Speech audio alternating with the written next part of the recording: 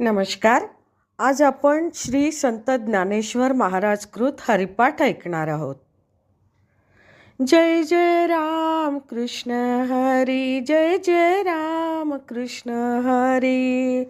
सुंदर ते ध्यान उभे विटेवरी, करकटावरी ठेवूनिया.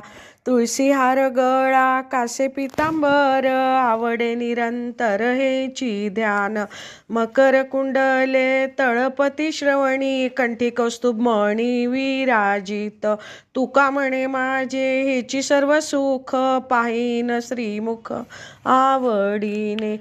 देवाची ये द्वारी उभा क्षणभरी, तेने मुक्तिचारी साधियेल्या. हरिमुखे म्हणा, हरिमुखे म्हणा, पुण्याची गणना कोण करी.